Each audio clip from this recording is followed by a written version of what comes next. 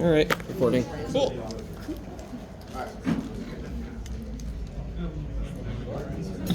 All right, now we're good. Thank you for that small hiccup.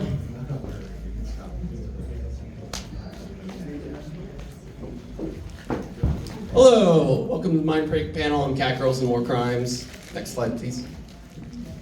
What am I gonna cover? I'm gonna cover a lot of psychology. God fucking damn. God, gremlins, I swear.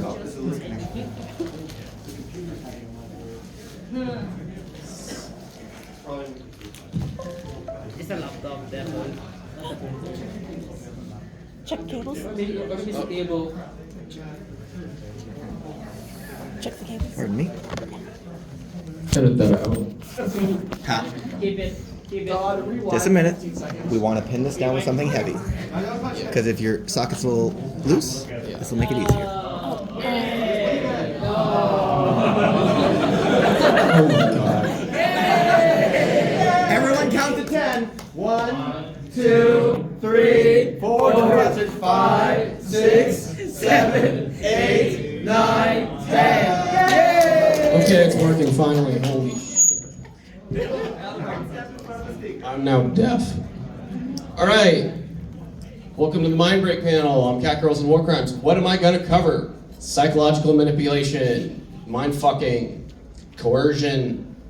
Really, you're just here to see how we fuck with other people and how we break their minds.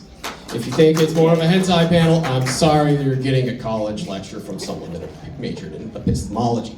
Next slide, please. So who am I and why do I have a panel?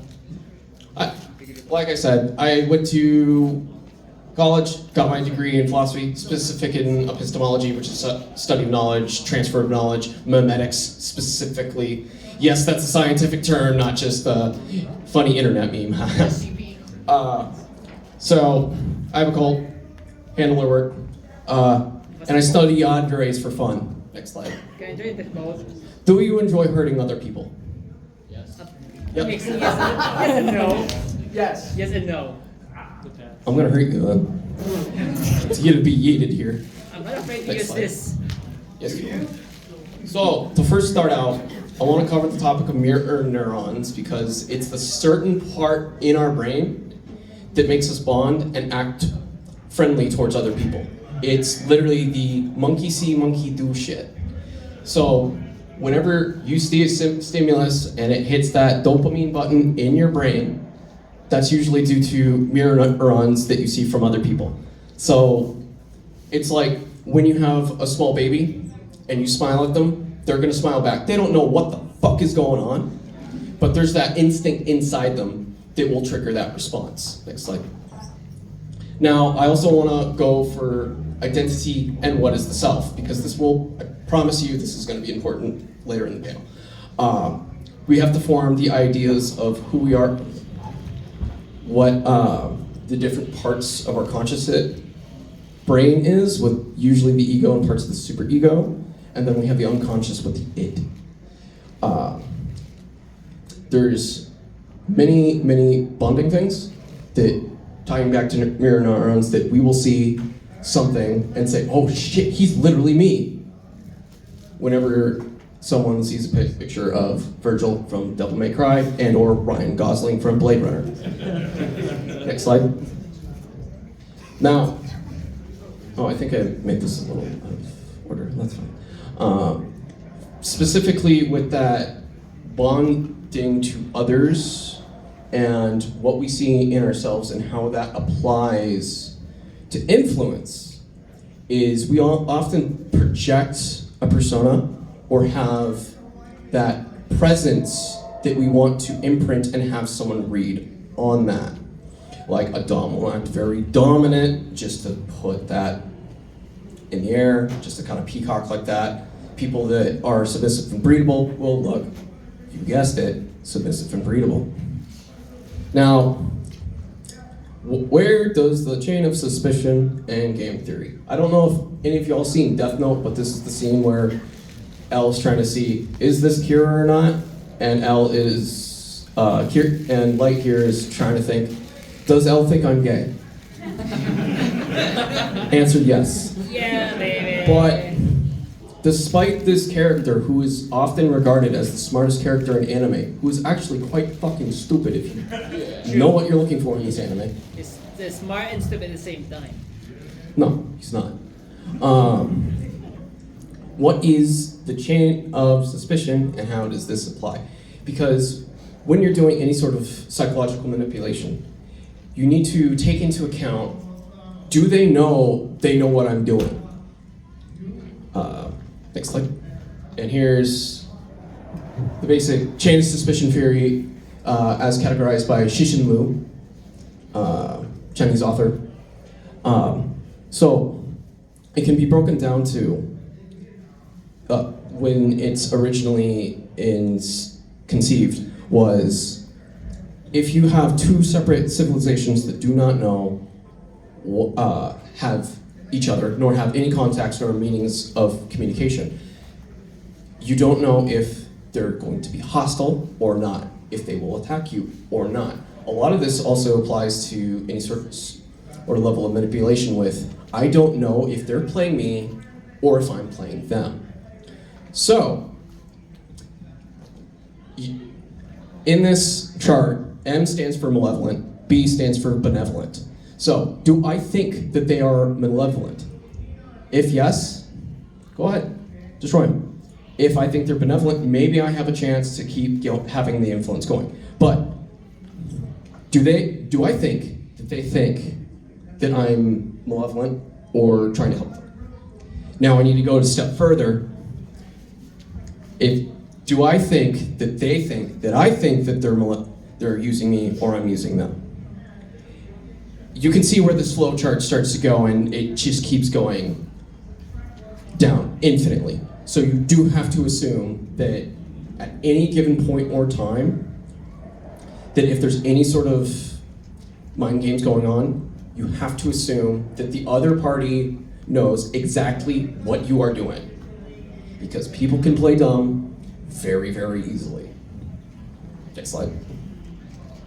And so that also somewhat justifies the ethics on any sort of manipulation possible, because you don't know if you're the one being manipulated all along, or they are. So it's likely to always assume in that point, hey, I kind of got to cover my own bases. I don't know if they're going to try some trick on me and assume that everything's a trick. Yeah, it's a very paranoid way to live, but it'll save you a lot of therapy bills down the line.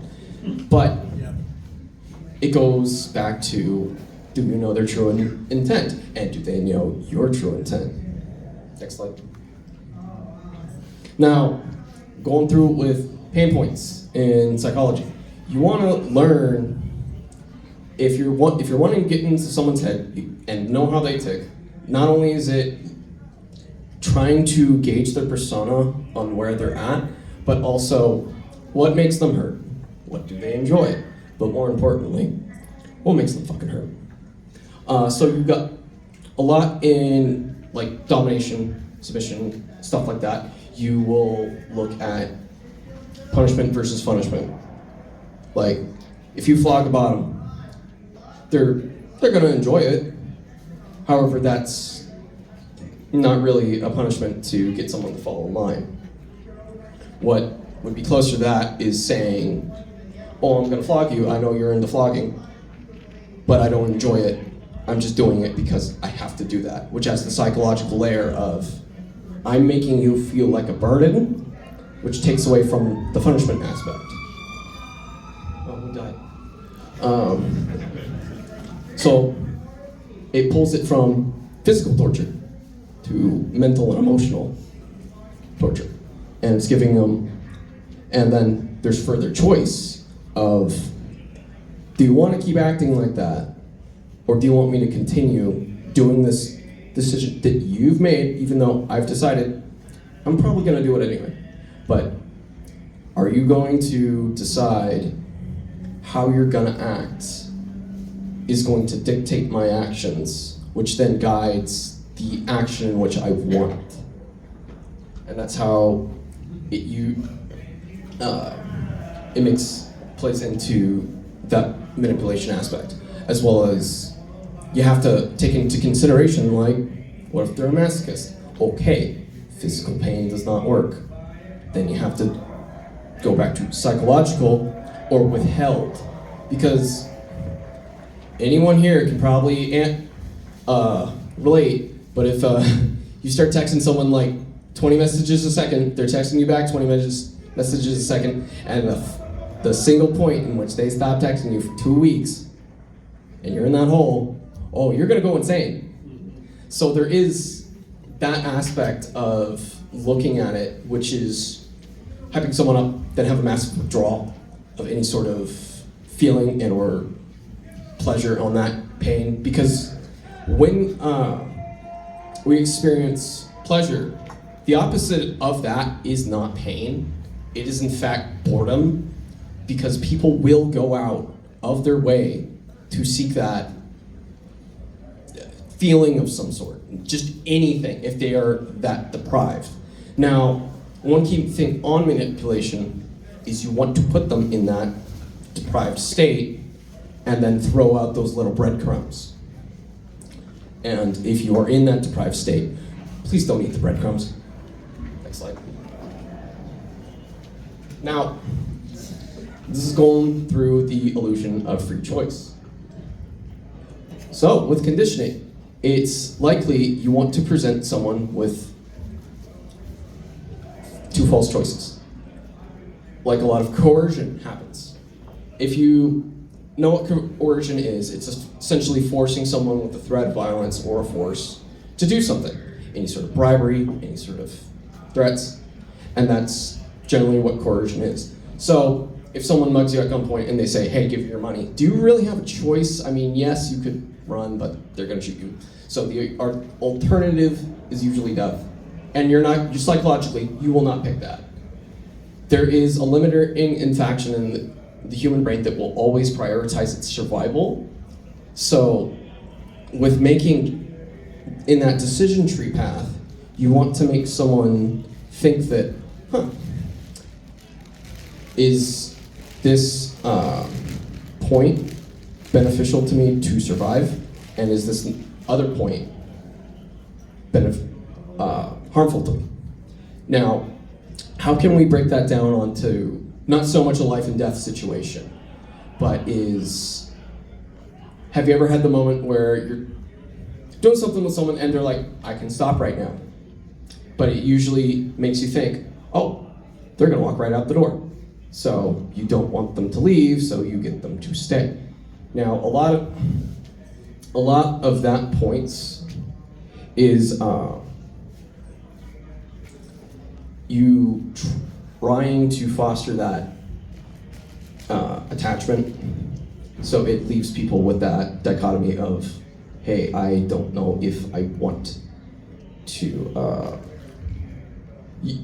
no, sorry, let me retract that. It's that point of you want someone to realize that there's one option, or that the 2 options are the same option. Like here. If you don't like femboys, then get the fuck out. Now, what is the point of sufficient traumatization theory? Something that I cooked up, that in life, there are certain events in which it scares the shit out of us just a tiny bit to act better, but not leave complete and lasting damage. Usually there's, some people can get triggered by very loud noises, any sort of large cracking sounds, and that's usually to get people to stop doing malicious actions. We've all probably been punished at some point in our lives for doing something stupid. You can think back to when you were a child and you did something cringe. You're not gonna do that again, because you have that part in the back of your mind that you did something cringe, and you will not repeat it, because there's a little seed in the back there that's gonna cause you pain.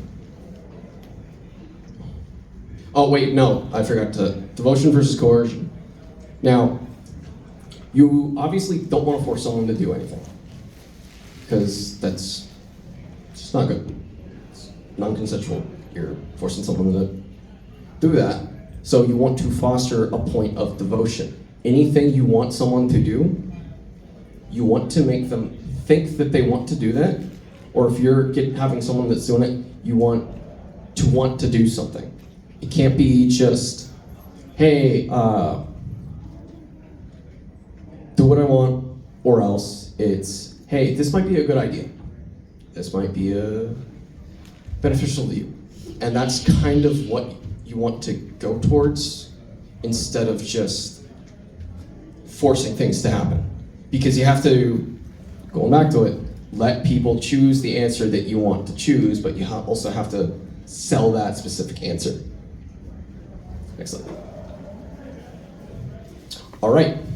Now, further on conditioning, you always, I'm assuming everyone here knows what Pavlov's dog is. If there's anyone that doesn't, raise your hand. Okay, cool. Don't have to explain that. So, this can be applied to any sort of stimulus possible. And it's why that whenever you're training either a dog, person, employee, if they do something great, always reward them.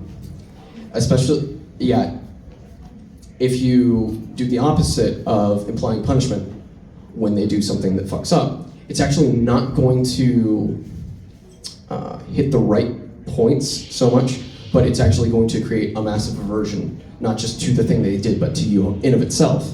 So on that area is doubling down on just rewarding good behavior, but what you do is you ignore bad behavior in of itself entirely. Like I had a friend who I will not name, just terrible for my mental health. And one time, they just kept spam messaging me at 3 a.m. and it's like, hey, I have this problem. Instead of feeding into it, ignored it. Every single time it happened, ignored it. Didn't say, hey, just leave me alone right now. But just ignoring it, they stopped doing that because they know it's not a thing that will work. And if someone knows for a fact, hey, this isn't gonna work, they're going to stop trying it. Now, but you also want to leave a little window into, all right, hey, this is this thing that will work psychologically if they're interacting with you, any sort of boundaries you set. And any sort of boundaries you lay is you want to guide people to, all right, do the right thing. Which I think I have that. No, I don't have that right there. But usually, if you are trying to get someone to do something that you want, any sort of praise, because I'm probably sure at least a third of you have probably a praise kink. Yep. Good girl. But in that, every single time it's said and applied to you, you know for a fact that you'll feel good, but it reaffirms your actions of whatever you did. Right? Yep. So, thank you. So, within that, stimulus and conditioned stimulants gets more and more effective every single time you do it in the applicable situation, as long as they're not 100% aware of it.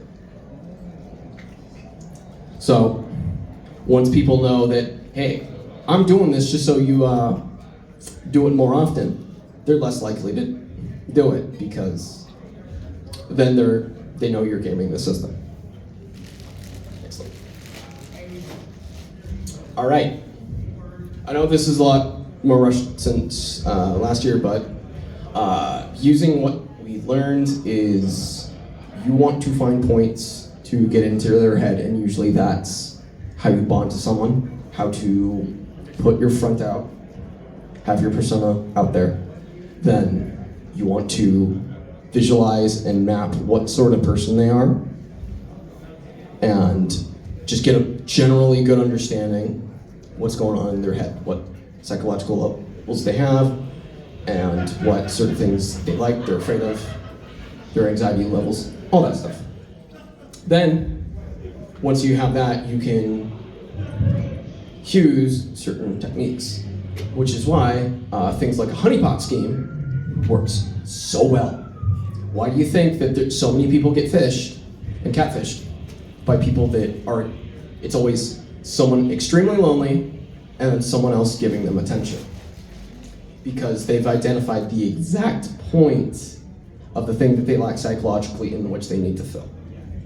So, in any form of manipulation, you want to look for that in someone, or have enough self-awareness of yourself not to have that happen to you. So if you're feeling lonely in life, don't trust anyone on the fucking internet as soon as they start taking a very love-bombing interest into you.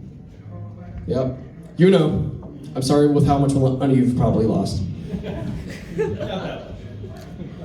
Look, 10 Dogecoin is 10 Dogecoin. Yeah.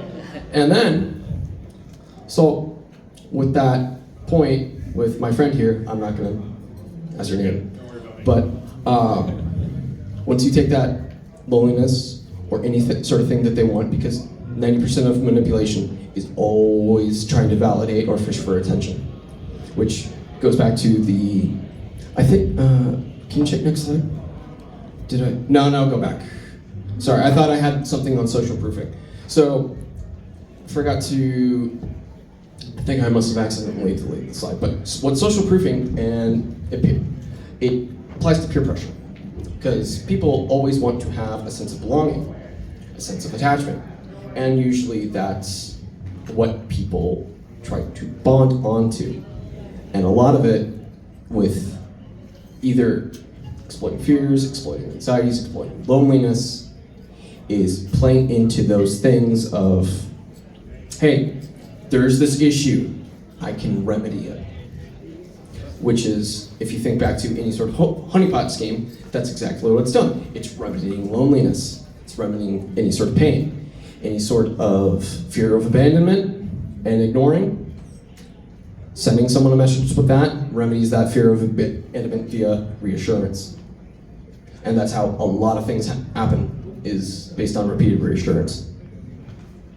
And then, on the breaking bit, is actually due to creating a large enough cognitive dissonance of conflicting points of, trying to find the exact word. Let me just paint an example. It's like getting love bombed, then immediately ghosted. They fill that void, but that ghosting, it's going to echo louder and louder than anything else that they said before, because you have that stimulus, it's gone. And then you have someone that comes back 2 weeks later, does it again, the exact same person, so within those gaps, it's that really horrible conditioning level of, all right, foster dependence, withdraw, foster dependence, withdraw, and then you can kind of get people doing exactly what you want because they will try to foster that dependence unless they kind of catch on to it and know you're doing that as a tactic. And also, yeah, you know, not to, if someone hits you up and you haven't talked to them for 2 months, fucking ignore it. But what's the time right now? 5 o'clock? 5 o'clock. 7 All right. already. It's 7 All right, already. cool. So, next slide. Like last year, I'd like to open up to a lot of panel questions and a lot of discussion to ask from there because, yeah, just massive info dump that I'm throwing out at people, and I kind of want to like reason things through because there might be a lot of points. So, hold your questions to the end. But anyone have questions that they want to ask? Yes. How do you better recognize your own pain points? A lot of self-reflection and fostering a sense of self-awareness. Just try to think to what makes you uncomfortable, what makes you hurt, what things do you like. Think about it and try to have a realization. Like if you have a fear of heights, you're gonna know not to be around high points and you're going to avoid that. But noticing that, hey, maybe I avoid this thing subconsciously or consciously, is good to bring awareness to that, bring that out of your animalistic instincts and then back into the ego and superego level, which is rationalizing that fear and finding out why you fear that. Heights is a good example because if anyone knows the innate reason why we have a fear of the dark or a fear of heights, is actually due to the fact that saber-toothed tigers are nocturnal predators, and that their fangs were specifically evolutionized? Is that a word? Evolved. I'm not a biologist. They evolved specifically to pierce human skulls. So the way in which we have a fear of the dark isn't so much the unknown, it's we don't know if there's a large fucking tiger in the dark or not. And so that's an evolutionary trait that's gotten left behind and caused people to fear a lot of the unknown because large tiger. Hey, Which is also why people are afraid of fucking large tigers. we're dead. Or, I would love cat girls. yes, but they're fucking deadly. That's you. All right, your question. Do you have any book recommendations? The Three Body Problem by Shishinma, which is a Netflix series, but trust me, the book's better. It goes back into Dark Forest Deterrence and Tactics, which I'm probably gonna just fucking hijack this panel and talk about that. But I'll do that later. Do you believe manipulation can be used for good? Yeah. Yeah. Because how many times have you seen a sign that says, shower your stinky weaves at this con? Yeah. Do you know how much public shaming and public signposting that we have had that makes people feel like shit if they smell terrible, just to have a betterment for a con society? Whether you want to believe that or not, that is a form of manipulation. It's subtle, but start thinking about it. There's a lot of peer pressure there. And peer pressure is the way how you make people self-conscious to that thing. So there is some small bits that can make manipulation used for good. Also, it can tamp down certain violent tendencies, certain harassment things, and it's just trying to get in there subtly and have that bit. In Pavlov's talk, you suggested that we should go for positive reinforcement but not negative reinforcement. Why is that? So, this is me personally on why I favor positive reinforcement over negative reinforcement, is because if you do nothing but negative reinforcement, people have a higher chance of realizing, what the fuck am I doing here if I'm just getting the shit beat out of me and I'm not getting any crumb of satisfaction? But isn't both would be a better idea than just positive? Yes, but you want it like a 1 to 10 ratio. I'm not saying don't ever do one thing, it's you want a large amount, but you still want to have that fear ever looming in the back of their head, but not in the conscious mind. Yeah, I think it said that like so fear of something. Fear of punishment is greater than the actual punishment in of itself. That's why a lot of people get really freaked out before any sort of jump scare, and it's why the movie Alien, the original Alien, is so terrifying despite only having, what, 2 minutes of screen time? You know this, Lee. 2 minutes of screen time for the original Alien, for the Alien? It's like 45 seconds. Yeah, 45 seconds. Yeah, the movie has so much existential dread. It's fucking terrifying. Why? Because you're building up to it, and then when you finally get those little Monster? scenes of the monster,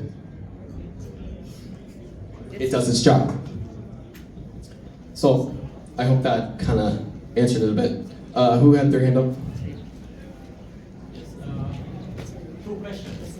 In the beginning, you mentioned that people could assume that they have advantages in their own way get this interest.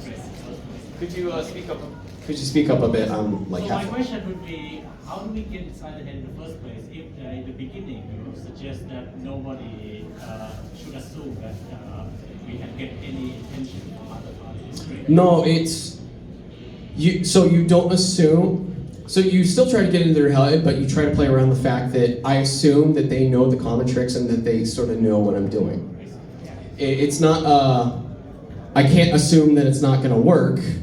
I have to assume how likely are they to know it works or does not work. It's like if you talk to someone that works in cybersecurity, don't ask them where they eat lunch.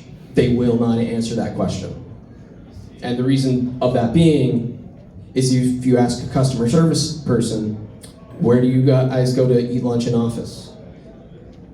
People will do that as a tactic to get close to them, have a little scanner that clones their ID badge and can get you into their server room. That's literally how hacking works on a physical level, just through asking questions. Pen testing. So you kind of have to know that point of, all right, I'm not going to ask these certain questions to someone that knows that bit. You had your hand up for a bit. So it's like is there a way, like if you're like in today's society, it's like it's easy to get controlled. Like, is there any way that you don't want to be controlled by people? So essentially, understanding your question is, how do you not get controlled by other people? Yeah, with our current society today. In regards to society today, so there's 2 points to it. Either have enough self-awareness of what's going around you and what's trying to influence that, or if you've ever seen the meme that you are not immune to propaganda, and then someone's pointing out that autistic people are immune to propaganda because they do not recognize it. You have to be so disconnected to whatever form of manipulation is working that it has no effect. Also, like, if you like have family, you always talk to people like your family member every time. If you always put your input, they even know that, say, look, you're being controlled here. Yeah. I'm also going to say this: never try to argue with your family, because they're going to have very set in stone responses, and they're going to still perceive you as whatever person you were their entire life, as opposed to the person that you are now. So what I advise to a lot of people that have very hostile family lives is you just don't engage. You can't really argue with someone that is dead set in their responses and knows, hey, I'm going to think this way regardless of whatever's going on.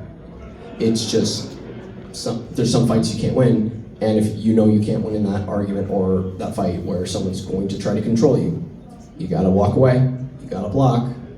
Sometimes you have someone that you talk to that you're involved with, they're going to try to manipulate you any step of the way. The best counter manipulation is not just not engaging. Ignore. Just ignore them, block them. I'm a very big proponent of, if someone don't make you happy, just block their ass. And who's next? What's your opinion on the popularity of like people gaslighting one another and just that like the big craze around just, he said, she said. The gaslight, gatekeep, girl boss phenomenon? I mean, just more people engaging in gaslight behavior with one another, that kind of. So, I wouldn't say there's more of it. I think it's more of the fact that we're self-aware to it right now. And I think it's good that we're becoming self-aware of it, because it really fucks up other people. And with gaslighting, it's trying to point to different facts of making someone doubt their memory. So they're constantly questioning themselves, working themselves up into anxiety, and not knowing what the fuck actually happened. I don't think, so from a moral and ethical standpoint, I do not like that, because it's also putting forth lying, and I think that's a very bad precedent. That anything you do, you want someone to do it within a truthful standpoint and know all the facts of what you're doing. So when someone is specifically gaslighting, it's a lot of lie, it's a lot of misinformation. But also in that point, this is why I like to save everything and have receipts of like 90% of my interactions, because here's where I can cite this argument of where you said what, or what I said, so I know exactly what I said. And that's one way to go against gaslighting, is just to have a very, very firm ledger or recount of everything going on.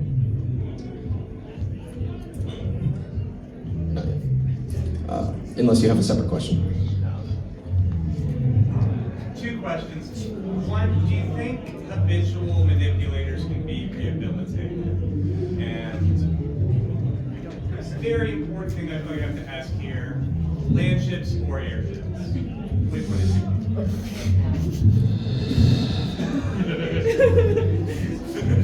I like this question.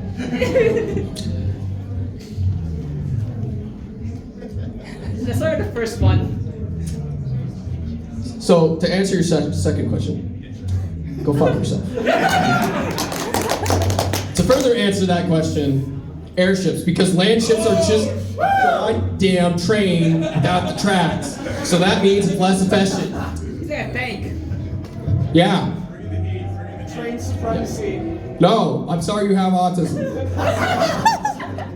No, you're not. It's an APC. I don't know if it's the suit or and he causing this migraine or this person in the front. What was your first question again? Do you think habitual manipulators can be rehabilitated? Do you think there's a way for them to stop and realize they are? I don't think so. Yes. So, But also, It's like it's hard. really hard because can we go back to the mirror neuron slide? Just keep going to the picture of Masato's titties, please. No. All right, here we go. So, cool thing about that and mirror neurons is a lot of forms of psychopathy, sociopathy, and lots of cluster B disorders that cause a lot of manipulation is they lack portions of mirror neurons in the brain, which is that empathy quotient. So, you know, twisting a knife to get someone to do what you want, they don't realize that's a bad thing. Why? Because they're getting a benefit out of it. And why would someone that cannot realize, hey, this is bad, stop doing something that's bad, that's getting them money or benefit or whatever Dogecoin plus social credit score? Like even how many times you practice correct, like they will never change. Yeah. Like sometimes people just do not change, but yes, I actually say that there is ways for them to change, but they have to want to change, and it has to be a lot of self-realization, self-actualization, and just a lot of self-reflecting on, hey, maybe what I'm doing is bad. Maybe hurting other people is not okay, and then they learn from it. So they have to kind of set that in motion themselves, and you can't be like, hey, stop being a fucking yandere on the internet. If anyone's been on that yandere, femcel, grippy sock jail Facebook group, you know. You know. I haven't been there yet. Don't. Okay. Trust me, don't. Okay. I was just gonna say you can polish a piece of shit, but it's still a piece of shit. Yeah, exactly. Yeah. You can take the yandere out of the grippy sock jail, but you can't take the grippy sock jail out of yanderes. I'm not wrong, people. So it's already ingrained in his mind. What's the next? What happened on August 20th, 2023? Yeah. It was there. Are we saying? Next question. What happened on August 20th, 2023? Answer the question. Take him to Detroit. No! I don't want to go to Detroit anywhere but Detroit! No! No! Not Detroit! Anywhere but Detroit! Does that answer your question? No, it doesn't! Yeah, good. I don't know what happened on August 20th, 2023, but... Ah!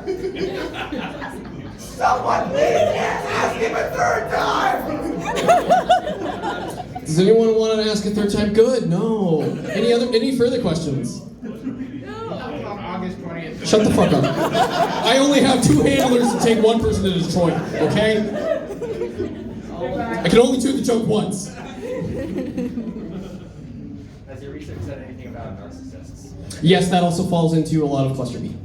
And that's, again, I don't want to fully demonize because that's a bad thing to do and stigmatize, but to everything, you do need to handle things a certain way, which is handle where that comes from, and mitigate certain things. It's like if someone has violent tendencies just due to a growth in their brain or whatever, you kind of have to work around that and know that, hey, some people just can't help themselves. It's sad to see, but at the same time, don't fucking hurt me. That's bad. So I think a lot of things with narcissism is you will see a lot of people that have that try to manipulate others, but on the flip side, they're actually very easy to manipulate because there's this tactic called fawning. Does anyone know what fawning is? No. If you want to. That's shirking and shrinking as a way of avoiding conflict. No, that's not what fawning is. It's Isn't it where you know what they're doing, but you pretend you don't? no. People pleaser. Yep, exactly. To an extreme degree, because fawns, they're so cute, aren't they? That's what you want to do. You want to have that small bean syndrome of, oh no, I can't do anything wrong. I'm such a small bean on the internet. It's exactly what she's doing with her fucking fingers. Yeah, do it. Okay, bottom. How many people do you know that just do this to get out of something, just to look cute, just to get out of something? Just like cats. Every single cat girl out there is a godless killing machine, but they are adorable. Make no mistake. So, but the way fawning works is if someone only thinks about themselves and only wants to talk about themselves. What do you talk about? Them. Because it feeds into exactly what they want to hear. The self. Yeah, it creates a feedback loop. I don't know if that fully answered your question or I just went on another tangent. That's fine. Okay, It's okay. a good investment degree. Is that like where the I'm just a girl thing comes from? Yes. Okay, cool. Just checking. But Dad, I'm a material girl.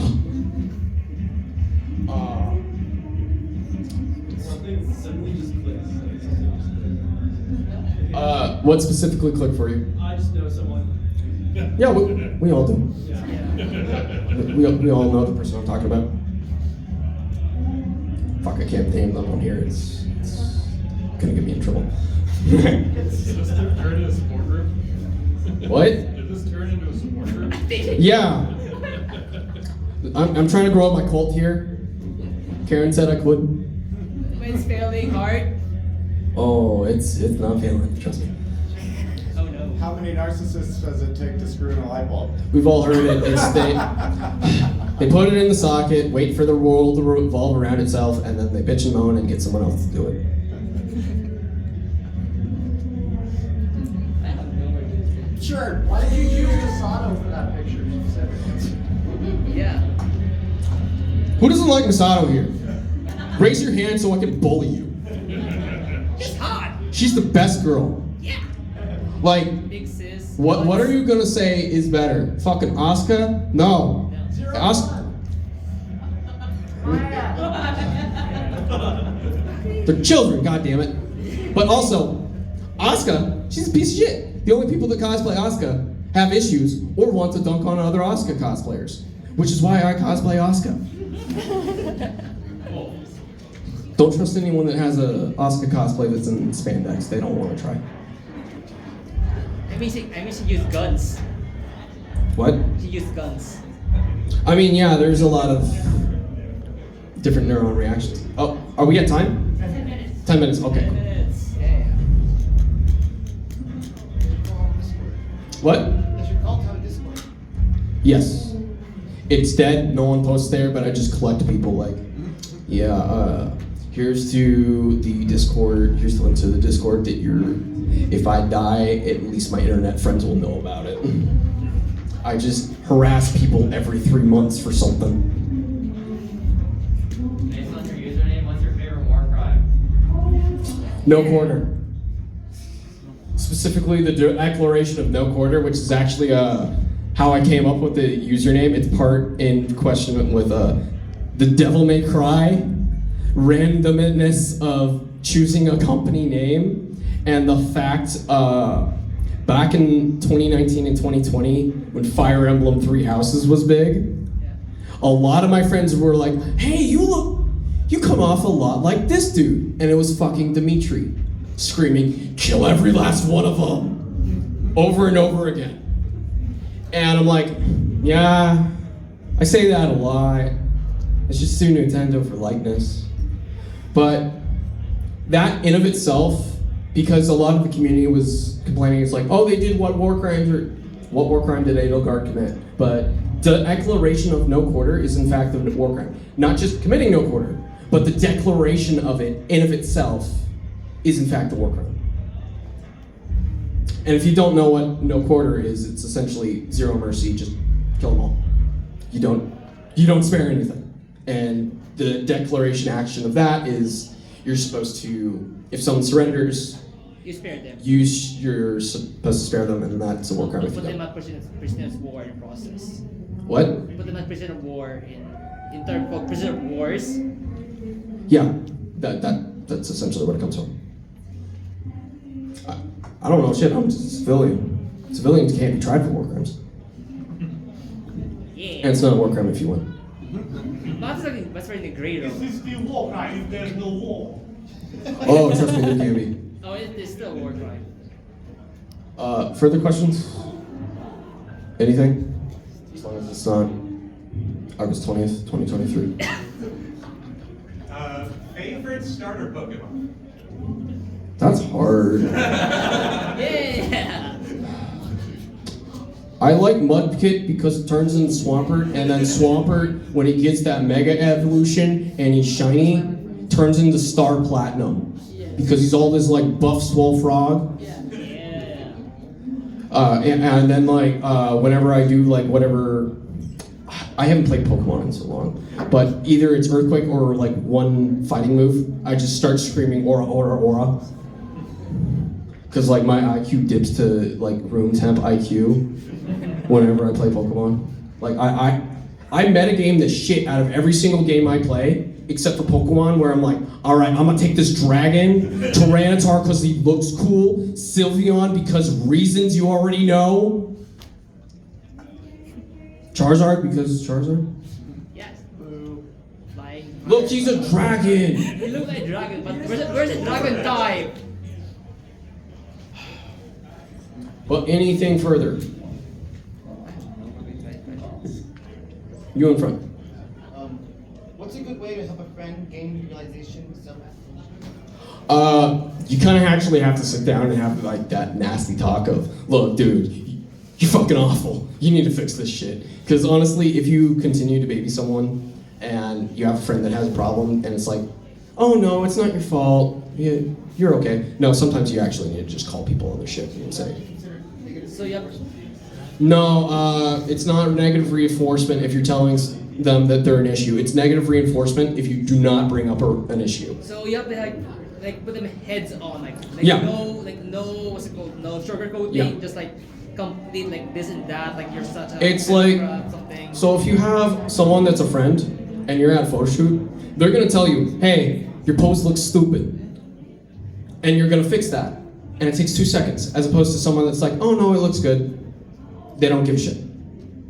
If someone cares, they know it's not gonna hurt your feelings and they're gonna fix it, as opposed to getting a really bad effect and living with that. What's my time?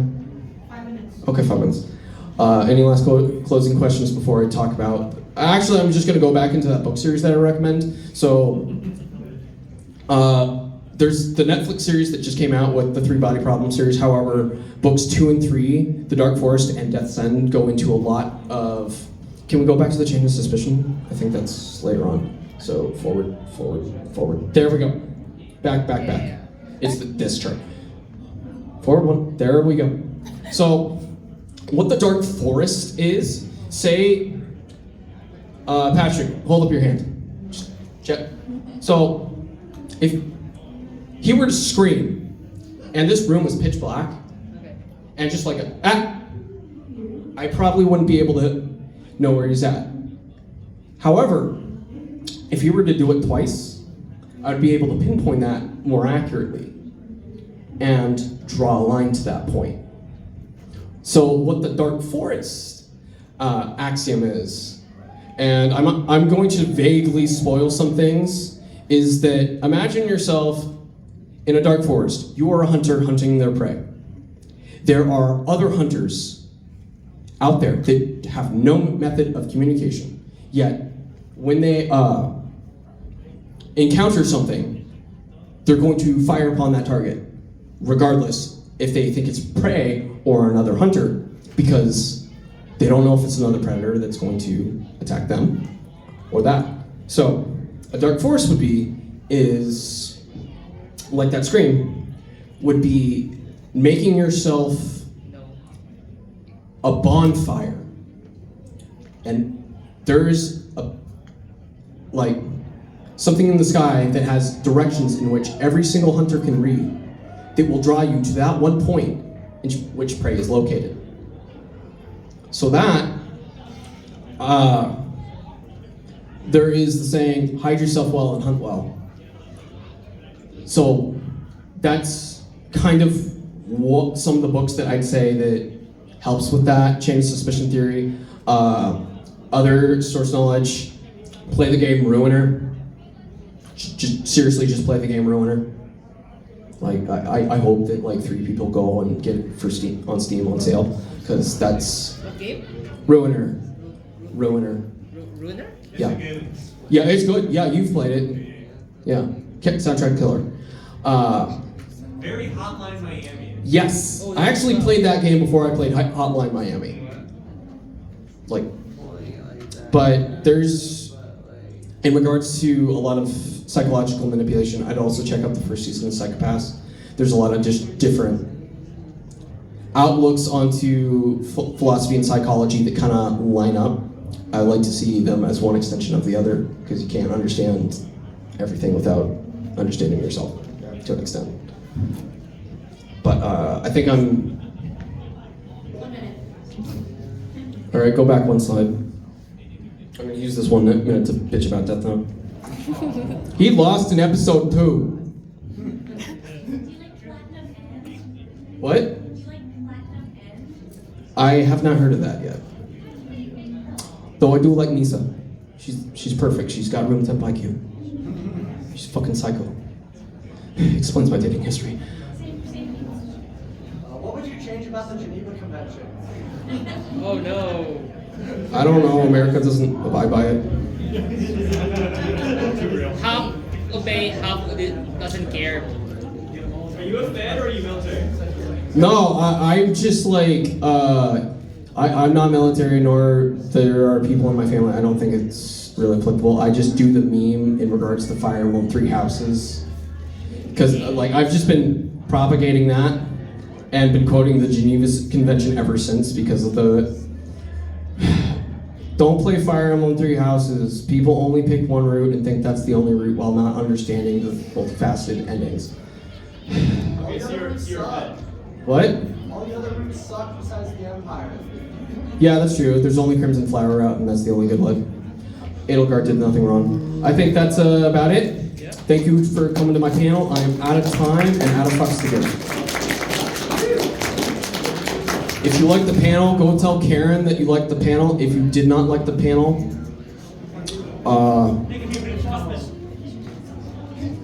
you're going to Detroit. But thank you, everyone. Very knowledgeable and entertaining knowledge.